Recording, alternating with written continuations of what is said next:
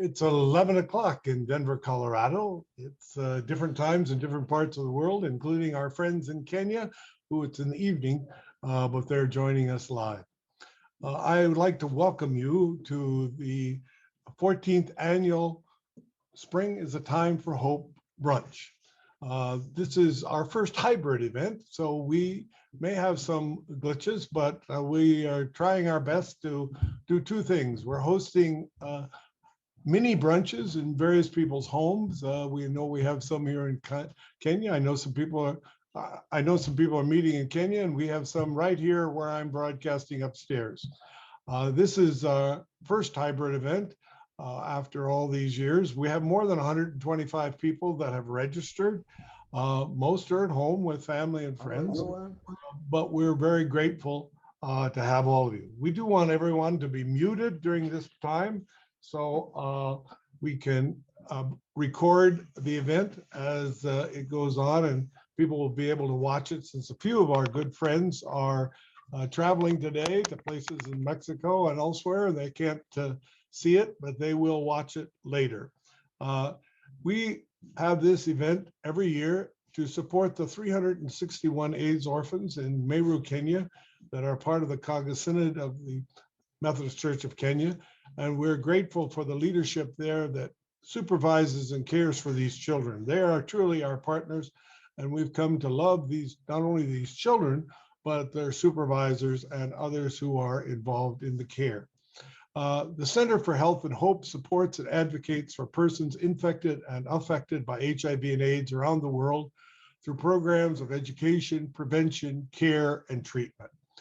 We're a donor-driven nonprofit, so we depend upon persons like you to help make a difference. What is happening is that we're living in a COVID world in which our friends and partners around the world are struggling. They have not gotten the vaccinations yet. So our heart goes out to them as we face dual pandemics in this world, HIV and AIDS and COVID-19. The challenge of this day is to raise $200 per child for a year times 361. And when that adds all up to $72,200, that's the challenge for our small nonprofit. But thanks to you, we make this goal every year, and we're counting on it happening this year. And we're so grateful that you care so much. Hundreds of children have been helped over the years. Truly wonderful kids who haven't had the opportunities that so many in America have. Today, we're going to focus on success, not the gruesome problems that they face, but the success of orphans who are now graduating from college. So many of the young people have succeeded in this program over the years that they have actually caused a problem, because now we've got to help them move on, particularly those who are talented and can do so. Current time, we have 14 in college, and some of them are graduating, and it takes about $5,000 to finish a college education. And we're grateful for those donors who've stepped up and given extra amounts to support a child for a year. We're going to hear from some of those young people a little bit later. But first, I want to thank our brunch co-chairs, two of our valuable trustees of the board of the Center for Health and Hope, Dr. Sue Ham and Clayetta Terry. They have given leadership and helped to envision this event. Likewise, I want to take a chance to thank all of the wonderful volunteers that we have in the center, as well as the staff. These are people that are behind the scenes and you don't see. Shauna Lehman, Pam Merrill, Amy Hawthorne, Bill Graff, our lawyer pro bono since the beginning. Chin Tan, who is handling the technology today on a volunteer basis and has put together these wonderful videos that we have. And Justin Levy, who's been working this year as he's working on a master's degree in nonprofit. So together we seek to serve the people here. Today we want to dedicate this in memory of our beloved friend, Ann Fort. Ann Fort died on Christmas Eve, 96 years old. What a young, vibrant woman. Cancer took her, and we were very, very sad. She was living a very vibrant life, and she established the Ann Fort Kenya Fund, which supports these Kenya scholars that you see here. They're all holding Anne's picture in honor. In Kenya, she's known as Mama Kenya because at the age of 73, she began her work to go to Kenya. Many of us think when we're 73, we have to stop working. Anne just started on this effort, made 19 trips, including most recent 2019. She did so many things, helping the children there, building sewers, helping schools, helping churches. Wherever there was a place to put her imprint, she did. And through the Ann Fort Kenya Fund, she's continuing to do that. Her own wonderful family has continued to support her legacy of love and life. And we know that many of you will want to attend her memorial service, which is scheduled for Saturday, September 25th at Hope United Methodist Church here in Greenwood Village. So today, we remember Anne as she brought life and hope and help and love and fun wherever she was, whatever age. She used to say, age is simply a number. And so we remember her today as we dedicate this event in memory of the children she loved and the people she loved of Kenya.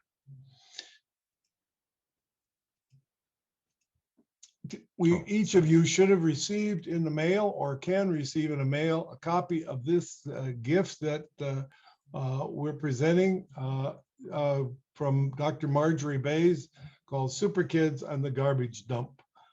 This booklet, I've gotten some nice thank you notes from people saying they've shared it with their grandchildren. It's another way of us remembering and sharing the story of what needs to be done in Kenya. At this time, I want to introduce to you our newest center partner, Bishop Nicholas in Kenya. We work with partners around the world. In Africa, we particularly work in Kenya with the Kaga Synod of the Methodist Church, and a new bishop was elected. And so we're going to have a video from him at this time. Just a moment, please. Nimepewa talanta, nimepewa talanta, nimepewa talanta, Yesu nimepewa talanta, nimepewa hekima, nimepewa hekima, nimepewa hekima, Yesu nimepewa hekima, nimepewa. We are walking in the light of God. We are walking in the light of God. We are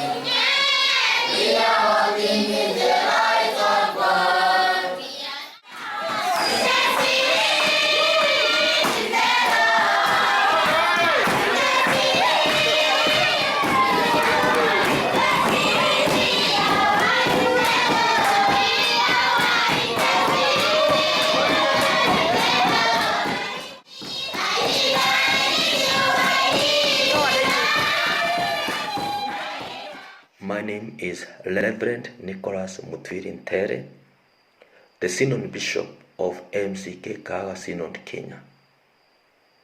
On behalf of MCK Kaga Synod, we are grateful for the Center for Health and Hope through the leadership of Reverend Dr. Donald Mensah and the entire team for according the MCK Kaga Synod unwavering support in the program of vulnerable children, the health program, and the support that you accorded us during the COVID-19 pandemic. I'm also grateful for the leadership of Jennifer and Glory. The job done is excellent, and the entire members of Kaga Synod are grateful for the transformation through this program of CHH, hoping to partner more as we transform the lives of Humanity here in Kenya, MCK Kaga Synod. God bless Center for Health and Hope for the support, and may God lift you from glory to glory. Amen. We're so thrilled today to have the music of our wonderful friend Kelly Triplett to share with you. She's recorded some special music just for today, and we want to share that with you at this point. We thank Bishop Nicholas for his presentation, and now we turn to the wonderful music of Kelly Triplett.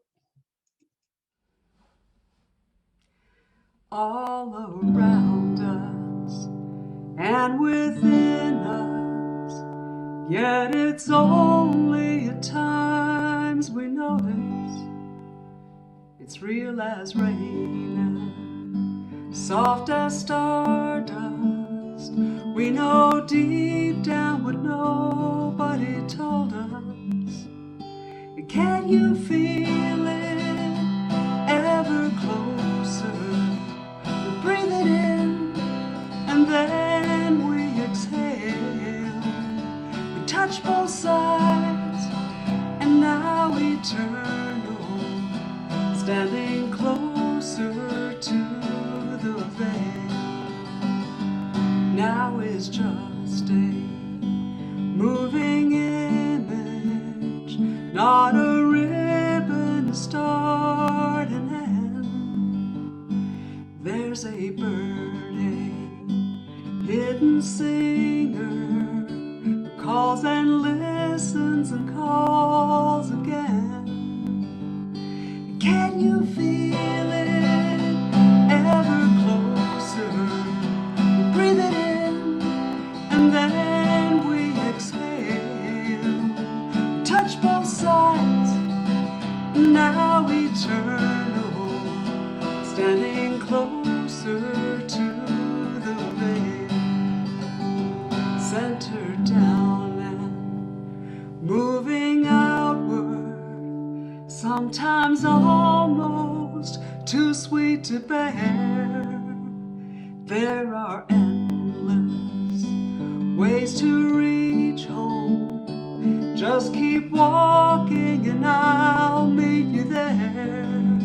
And can't you feel it ever closer? We breathe it in and then we exhale.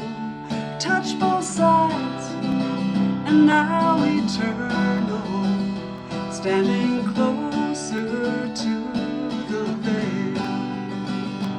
There are blurring of the borders, and I swear that I heard voices.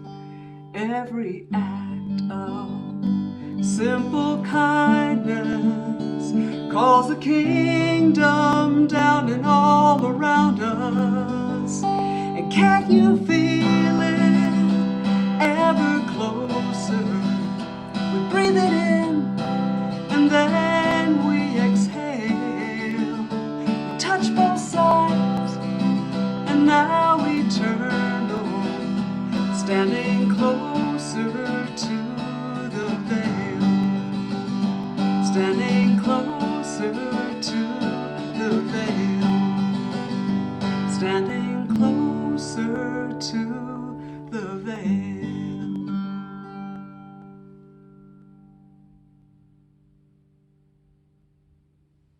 Thank you, Kelly, for that magnificent music.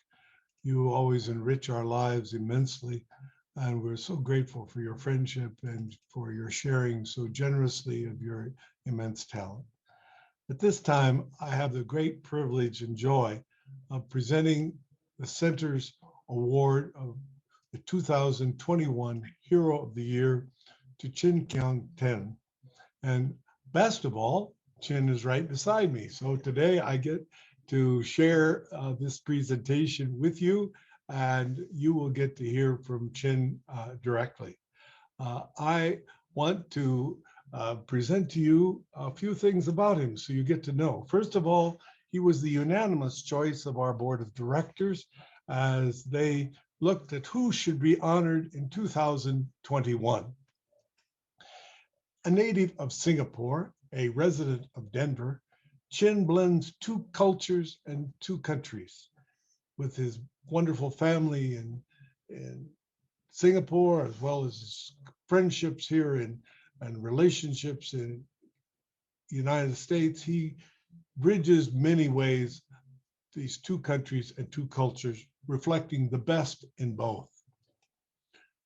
Chin reflects his Chinese and Asian heritage with a heart full of love and generosity.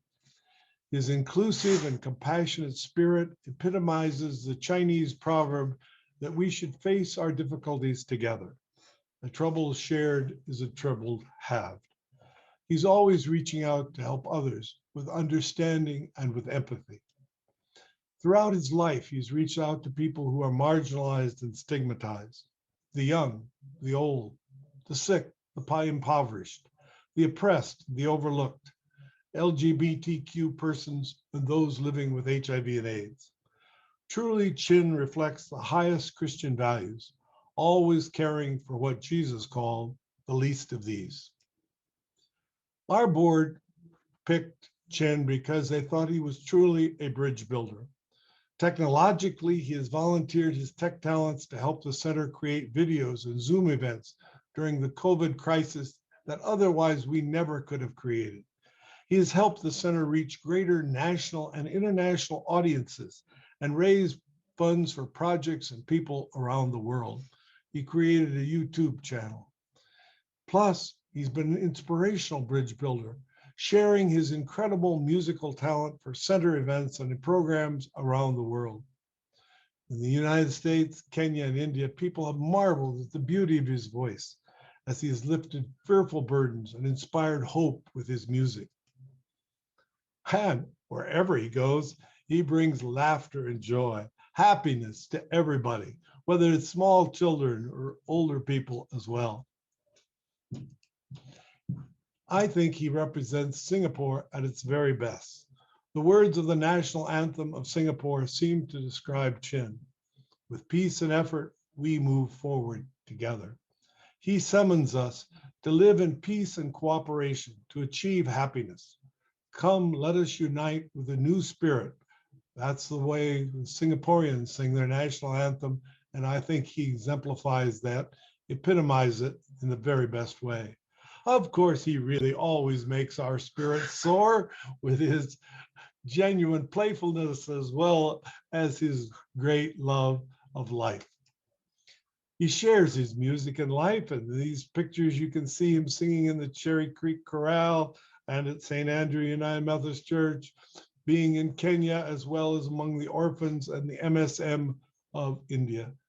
Wherever he's at, he's always involved with love and life. Truly, he's a center ambassador, whether he's in Rwanda or Kenya or India or Sri Lanka. In every place, he has made his imprint as he has visited the projects that we support around the world in recent years.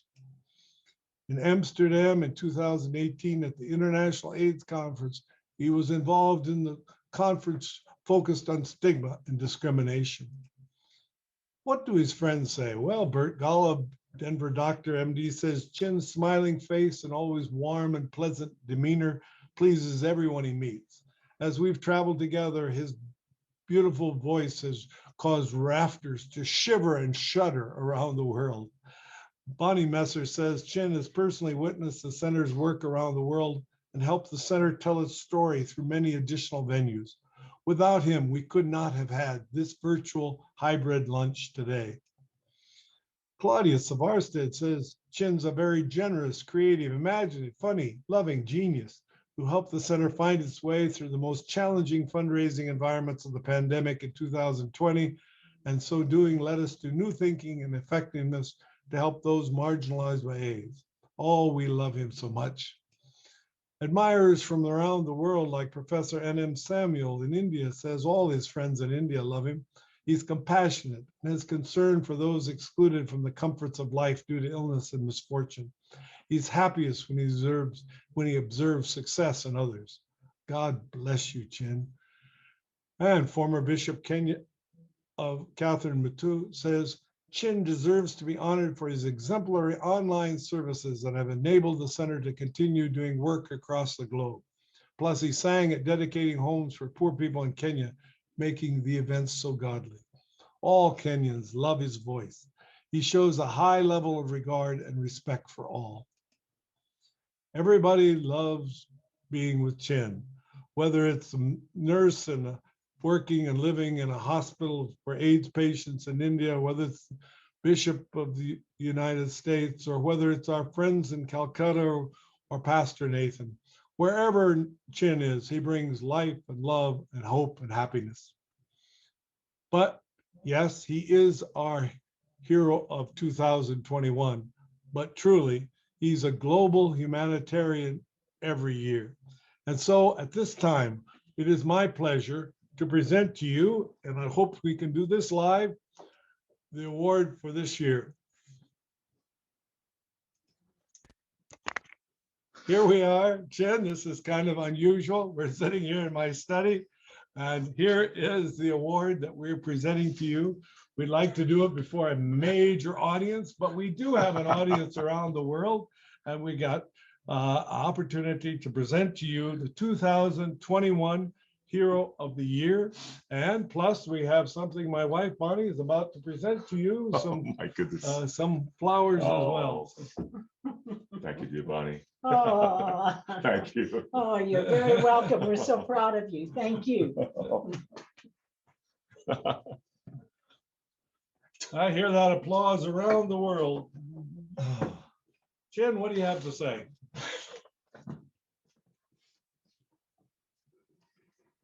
Everyone, thank you, Don.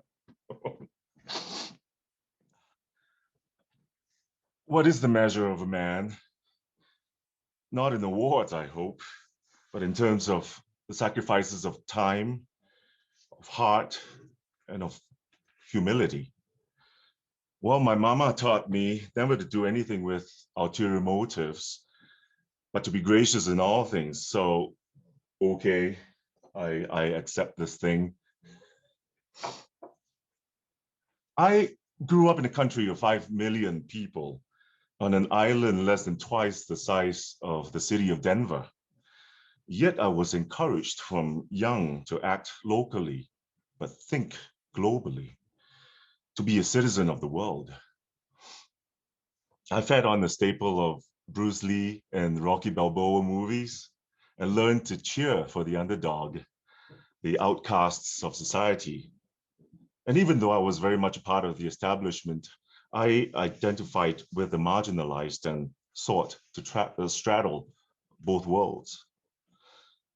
I may not have fulfilled my early dreams of becoming a missionary, but thank God, through the center, Brad and I have had opportunities to work among precious ones, such as those with HIV, the LGBTQ, Dalits, the Kimeru, the tribal Batwa, and people of all color. I found my mission field, after all, a people most worthy of all our resources. Allow me to share a few more words if you can hold back the orchestra. Right after the landmark jury decision was announced earlier this week, Minnesota Attorney General Allison commended the witnesses of the murder of George Floyd on that fateful day, how by stopping and raising their voices, they challenged authority because they saw Floyd's humanity. By holding their ground and holding up their phones, they performed simple yet profound acts of courage. In the same way, we are witnesses to the vulnerability of our friends across nations who through no fault of their own suffer hunger and disease, marginalization and persecution. And why? Because they were born to the lowest caste of society, or their parents had HIV, or they themselves had HIV. Our sisters and brothers who are born lesbian, gay, transgendered, and bi. All of us trapped in a society who judges us every day of our lives as less than human. We are all witnesses. By doing what we do in whatever capacity, we are performing simple yet profound acts of courage. I am no hero. This award should be shared among all of us, dear volunteers of the center, partners who continue to support our work through your prayers and the fruits of your labor. To Bonnie and Don, every one of you directors of this wonderful organization, you are the true heroes who inspire me to serve. Cheers to the love of my life. Where will I be without you? To my family and my mama in Singapore, whom I miss terribly. To Hartshorn, whom I strive to make proud with everything I do. And to those gone, whose memories and legacies I carry with me every day. I have one last thing to share with you. A song in celebration of Earth Day this week. May we all heed the cry from Mother Earth.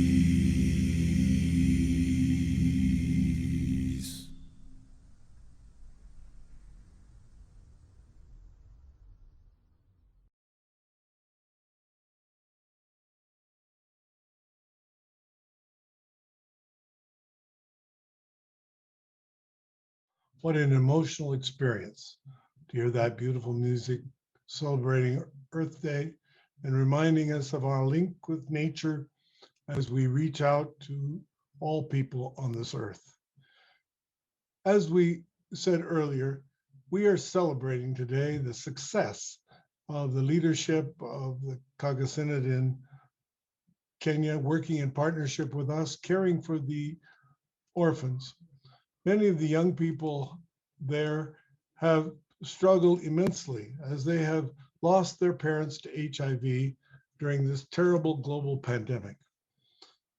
So many places, the church and others have forgotten the people who are infected and affected by HIV and AIDS. But the Center for Health and Hope seeks to reach out to the least of these, particularly the children who are in urgent need. So to overcome these obstacles, we have worked with them to provide care, and through the $200 that you provide for each child, we've been able to care for them under the excellent leadership there in Kenya. But now we have 14 students who are finishing college, and today we want to share with you just 3 brief testimonies which are narrated by Glory Katanga. Glory herself is a great success story, having come through this program as a child, having lost her parents, and then going on, and thanks to donors getting a social work education, she now is on the front line helping others. And today is her daughter's 2nd birthday. So we say happy birthday across the thousands of miles to this little girl. And we look forward to the birth of her brother coming up very soon. So we thank Glory, we thank her husband, we thank all of the people there. And now we want to share 3 videos, stories from 3 of those who are graduating and finishing their schooling, thanks to donors right here.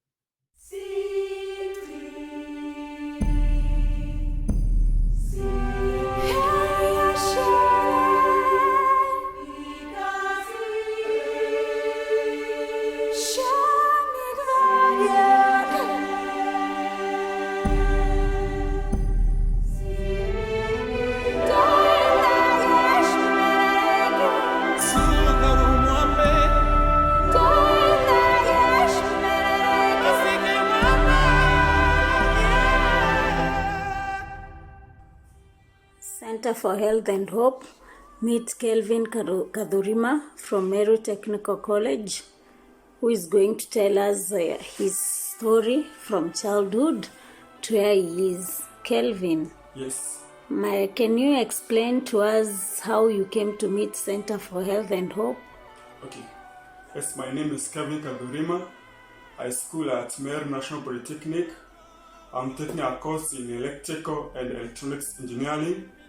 I've done 2 years so far. Okay, I came to meet Center for Health and Hope through this process. First of all, when I was very young, I used to look after kettles at a place called Isioro because I had no one to take care of me. I had no parents, I had no relatives. I was to take care of myself, and that was the way I could get my living.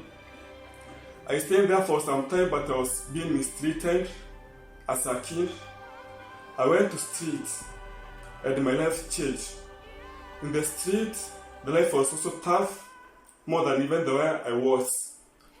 In the street, life is hard. I was introduced to drugs. I was introduced to many bad things there. But by good luck, I met a good Samaritan who offered to take me to school. They took me to a rehabilitation center. In this rehab, they did me a rehabilitation. I could not take drugs anymore. I went to primary school.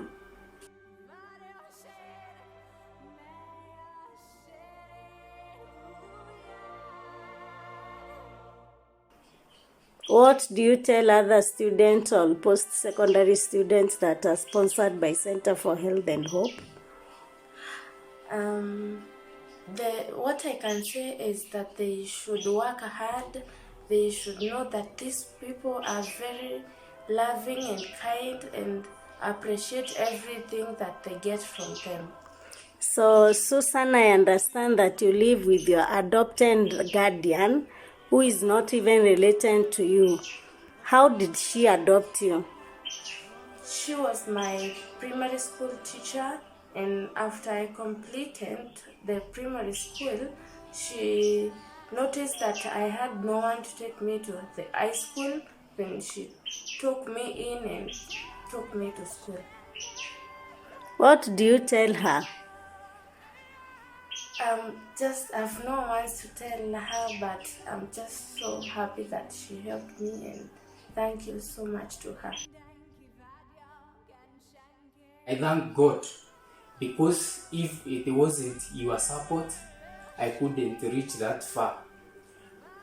Also, basing on my future, I want to become a person who will really support the most vulnerable, the orphanage, and even more so personally.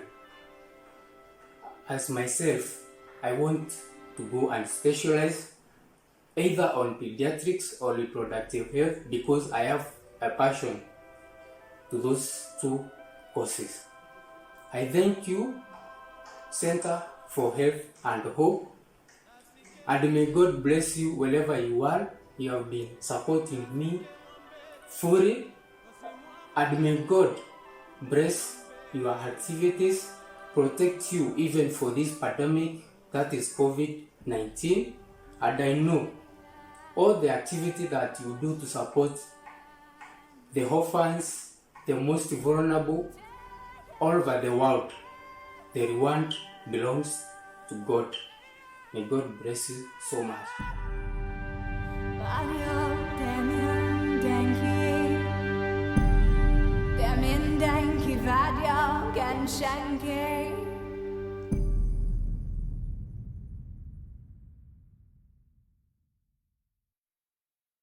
I want to thank each and every one of the people who have sponsored these young people.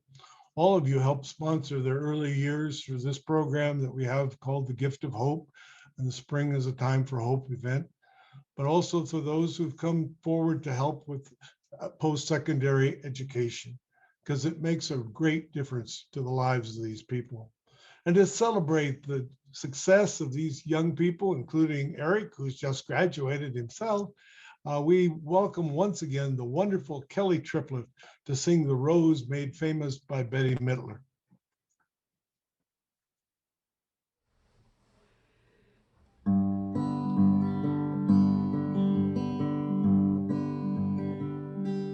Some say love, it is a river that drowns the tender reed. And some say love, it is a razor that leaves your soul to bleed. Some say love, it is a hunger, an endless aching need. I say love, it is a flower, and you, it's only seed. It's the heart afraid of breaking that never learns to dance, and it's a dream afraid of waking that never takes the chance, and it's the one who won't be taken, who cannot seem to give, and the soul afraid of dying that never learns to live. When the night has been so lonely and the road has been so long, and you feel that love is only for the lucky and the strong, just remember in the winter, far beneath the bitter snow, lies the sea that with the sun's love in the spring becomes the rose.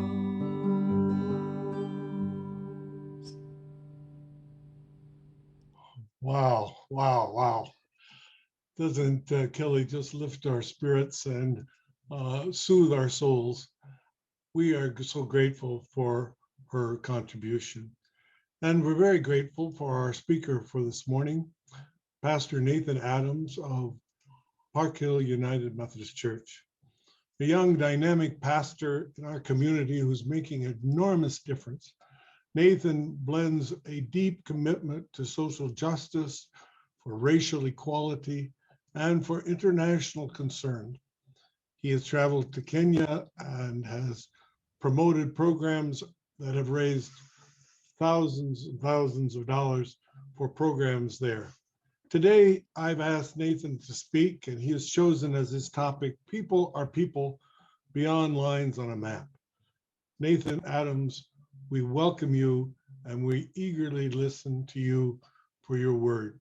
Thank you for sharing today. Thank you so much, Don. I appreciate the invitation to be here with you all. Thank you, Kelly, for your beautiful music. Congratulations, Chin, for a very well-deserved Hero of the Year award, Hero Everyday, Humanitarian Everyday Award. And thank you to everybody, to Sue and Clayetta, to Ashley and others working hard to make our brunch happen here this morning. It's so good to see my friend, our former Bishop Catherine and Mama Jennifer. I was tearing up when we got to see Eric and who's graduated. It is so great to be here with you all and to have all of you here with us. One of the things that you should know about me, my wife's sitting over here, Alicia, I'll be off camera and she would shake her head and probably will when she hears me, is that I love maps. I love maps. I'm fascinated by them. If you give me a map, whether it's of the world with all types of details, or it could be a map for a hiking trail or for a park, I will spend as much time as you allow me to study the map and to look at it and to be intrigued by it. Indeed, I remember a time when my mother gave me her big atlas, one of those Rand McCauley road atlases. This is pre Google Maps and MapQuest and internet. And she used to keep it in our big Chevy Astro van in the pocket behind her seat. And I would look at that page after page after page, imagining where those roads might take me. Well, one time she said, Nathan, take the map of Ohio, the northern map of Ohio, the northern section rather, where we lived up in northeastern Ohio. And she said, you can pick a place that we can go to, pick one of the state parks on the map and find out how we're going to get there, and we will go there and spend the day. And it was a fantastic trip. I remember, it sticks out in my mind, Mosquito Lake State Park outside of Youngstown, Ohio, a little over an hour. What was great is I get to pick the way that we drove and the way that we got there. And I'm sure that once we got to the state park and they had a map there of the park and the hiking trails, that I probably spent some time examining and exploring that map as well. Maps are fantastic, especially when they help us to get from point A to point B, or they point out landmarks to visit or different geographic features of lakes or mountains or streams or whatever it might be. But maps, both literal maps, but also the figurative, metaphoric maps that we sometimes have in our heart or in our mind, they can get in the way of helping us to remember and to live out that people are people, that people are people.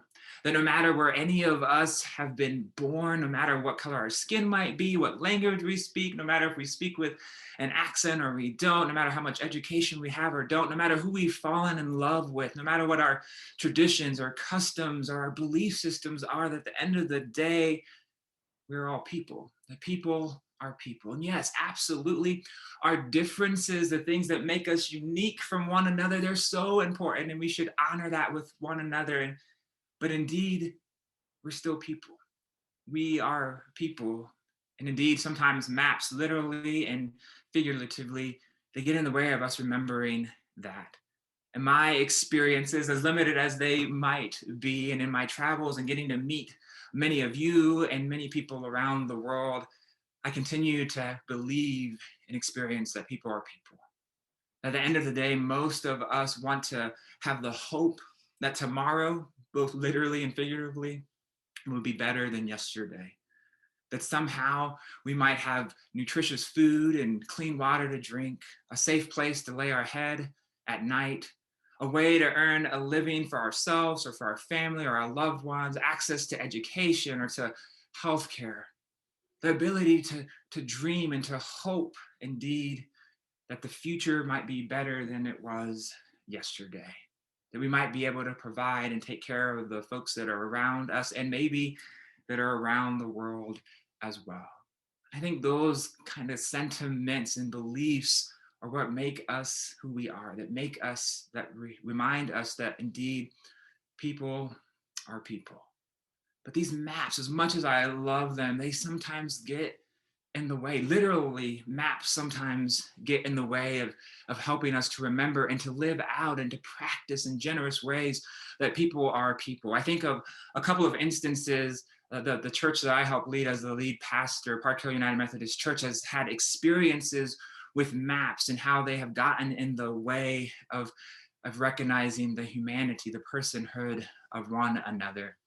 Park Hill United Methodist Church has partnered with Temple Micah, a Jewish Reform synagogue that is in our building, to be a place of sanctuary, meaning that those that have been in jeopardy of being deported from the United States because of their status with the federal government, we've had a couple of folks that have actually stayed in our building so that they wouldn't be separated from their families, so they wouldn't be removed from their homes.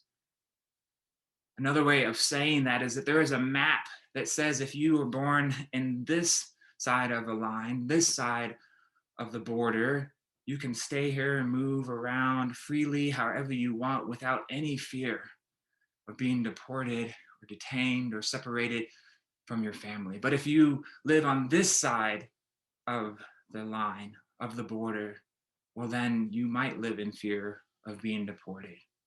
That indeed those lines are arbitrary lines, that throughout history, humanity, other people, we have been responsible for drawing those lines and creating those maps. As a Christian, I'd say there's nothing divine about those lines on a map, but yet they can limit us in so many ways. More recently, Park Hill United Methodist and Temple Micah again are partnering on a new project here in Denver, where we're going to be the next temporary safe outdoor space, meaning that our parking lot beginning on June 1st through the end of the year is going to have a series of tents that are going to be temporary living spaces for our community members, for our neighbors who are most vulnerable, who are experiencing homelessness. While the vast majority of folks that we've talked to, both inside of our church and the neighborhood and our larger community, are very excited about the possibility to be able to offer a safe and secure place to our most vulnerable neighbors, there are some folks that are not as supportive, that are not as excited. And so we've heard from some of those folks their concerns and what they are afraid of. And one of the things that we continue to hear is that somehow our church and the synagogue are bringing people that are experiencing homelessness to the neighborhood, and that somehow in their mind, homelessness doesn't exist in the Park Hill neighborhood. First of all, I would say that's just not true. Park Hill is a big and large neighborhood, and there most certainly are neighbors that are experiencing homelessness that are within the boundaries of the Park Hill neighborhood. And so part of the way that we begin to recognize and remember that people are people, including us and each of you and all people, is by simply opening our eyes to actually see the people that are around us. But I can't help to think that here's another example of how a map has failed us. That decades ago, that when people were drawing the map for the city and county of Denver and deciding which neighborhoods would belong to which areas and where the boundaries of the different neighborhoods would be, that somehow, some way, that we have become accustomed to saying, well, this street divides the neighborhood. So if it happens on this side of the street or on this side of the map, I'll be concerned about it. But if it's on the other side of the street, on the other side of the map in a different neighborhood, then I don't need to be concerned about it. To say nothing of the harmful ways the countries have been divided in the continent of Africa, Asia, South America, where European powers have come in and drawn lines oblivious to the ways and the customs and traditions of folks that have called these various lands their homes, including here in North America, for decades or for centuries and centuries and centuries. Maps, absolutely, when they're helping us get from point A to point B, they're telling us about landmarks that are around us are fantastic and are helpful, but they can be damaging as well. But it's not just literal maps. It's also the maps that we have come to know in our hearts and the minds that we have, maps that have been passed on to us from generation to generation about other people and other cultures and assumptions that we sometimes have. And those can be inconsequential. If you're a Denver Broncos fan, you have a map of how you're supposed to interact with a fan of the Raiders or the Chiefs, but they can be much more, of course, serious than that. Let me share just a couple of stories of maps that have caused me to have to relearn and remind myself that people are people. I've had the opportunity and the privilege of visiting the continent of Africa 3 times in my life. My first trip was with seminary as a studying to be a pastor. We took an immersion trip, a cross-cultural immersion trip to go and to study the culture of another culture, another group of folks, that type of thing. My trip, I had the privilege of going to the Democratic Republic of the Congo. Spent most of my time in the second largest city there, Lubumbashi, in the southern part of the country. And I had to tell you, I had been given a map that wasn't true, that was full of bad directions for what to expect when I got to the Congo, for how the Congolese people would be. And I'm ashamed still, even over 10 years later, to say that I didn't expect the folks that I met to be so open-minded and progressive and inquisitive and intelligent and articulate. That as a person of African descent myself, I had been given a map that was untrue and I had believed it. I still remember the superintendent of that district in the United Methodist Church over in Lubumbashi. He's one of the most articulate, intelligent, compassionate, and progressive United Methodists that I've met in my life. I had to rewrite my map, or erase some of the lines that had been given to me. I thought I had learned my lesson by the time I went to my second trip to the continent. Went to South Africa with a group of pastors about 6 years ago and visited a couple of cities across the country. We were there about 20 years after the end of apartheid and had been studying apartheid to look at race relations and social justice and reconciliation after such great time of pain and hurting and eventually healing for South Africa. We had learned about the Afrikaner people and the harm that they had done throughout the time of apartheid. And I have to say, we went to service on a Sunday evening. It was like what we might consider a contemporary service here in the United States. And we went to dinner afterwards and we were having a great conversation and a good meal.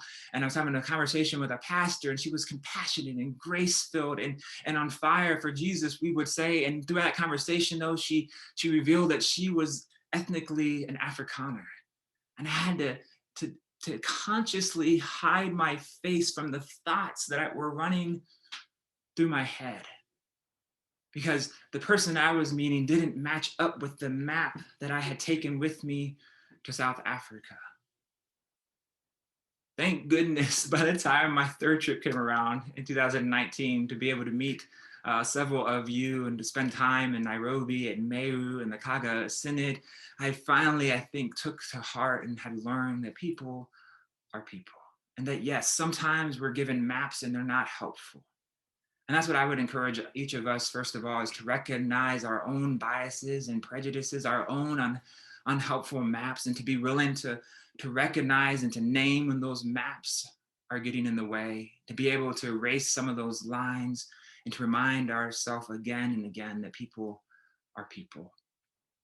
How joy-filled it has been to get to know Mr. Catherine and Mama Jennifer, to get to watch Eric as he has moved through graduation, to be able to meet so many folks that are being impacted by your generosity and are being impacted by you living out every day indeed, that people are people. That no matter what a map might say, literally or metaphorically in our heart and in our mind, that people are people. So thank you to each and every one of you that bought tickets today and for the way that you continually and generously give to support the 361 orphans that are in Meru, changing lives around the world. Be kind to yourself as you continue to rewrite your own maps for your own life. Be kind to one another as we all are rewriting those maps. Throw away the unhelpful ones that are outdated, get better ones and new ones, and maybe do our best indeed to recognize that people are people. People are people. When you see the faces of some of the 361 AIDS orphans in Meru, and Don's going to share more about that here in just a moment, may you see the face of your child, your grandchild, your nephew, your niece, a sibling, a friend. And may you give generously, just like you would to your loved one, to your close friend. And may you tell their story just like you would, right? Would you hold up your cell phone, right? And some of you do this to me. Check out my grandchild, you'll say to me. Could you do the same thing for these 361 AIDS orphans? Reminding yourself and others that no matter where we call home or where we've lived, our experiences or what we might look like or sound like or believe, indeed, we're all people, hoping for a better tomorrow than yesterday. And we get to all be a part for one another and others of making that come true. So find new maps, go beyond those lines, and may you and we together continue to remember that people are people are people. Thank you all.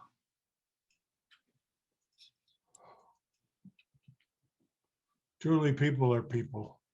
And you have really impressed that in our hearts and minds and souls.